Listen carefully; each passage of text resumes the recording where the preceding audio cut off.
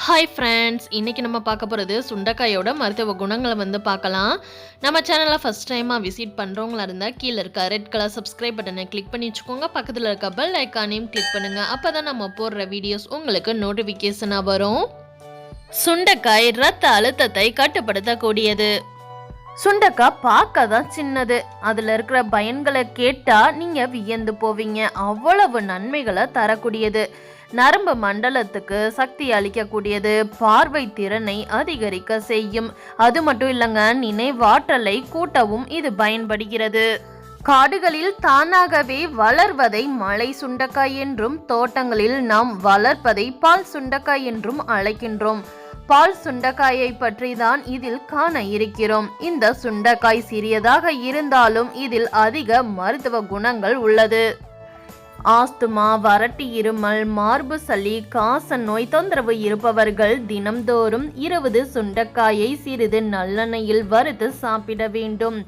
நோய் கட்டுப்படும். இது வயிற்றில் உள்ள பூச்சிகளை நீக்கும் இயல்புடையது. மூலத்தில் ஏற்படும் கடுப்பு, மூலசூடு மற்றும் வயிற்று கோளாறுகளுக்கு சிறந்த மருந்தாக பயன்படுகிறது.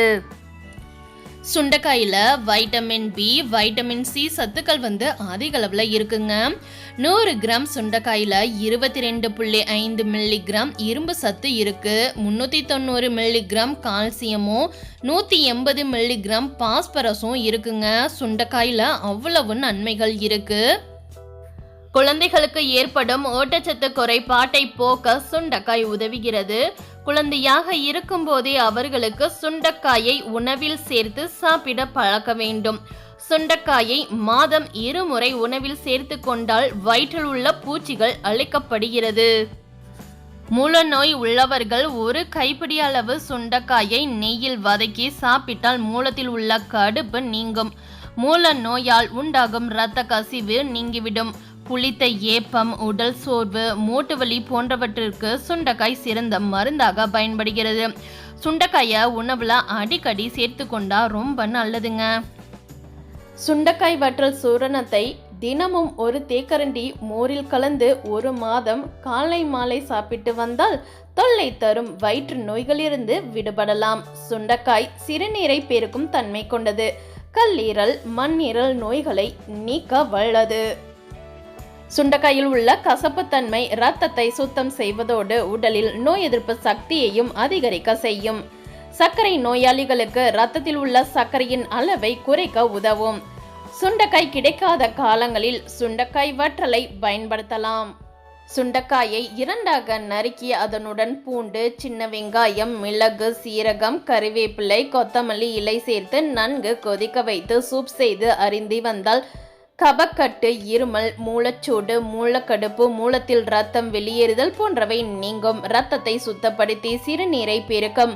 உடல் சோர்வு நீங்கும். தலை சுற்றல், வாந்தி, மயக்கம் போன்றவை வராமல் பார்த்து கொள்ளும்.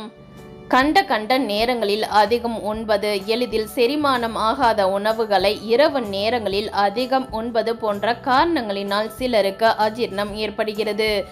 சுண்டைக்காய் வற்றல் தோல் 2 சிட்டிகை அளவு 1 டம்ளரில் மோர் கலந்து பகலில் மட்டும் குடித்து வந்தால் அஜீரண பிரச்சனை விரைவில் குணமாகும். அகத்தியர் முனிவர் சுண்டைக்காயை பற்றி ஒரு பாடல் எழுதியுள்ளார்.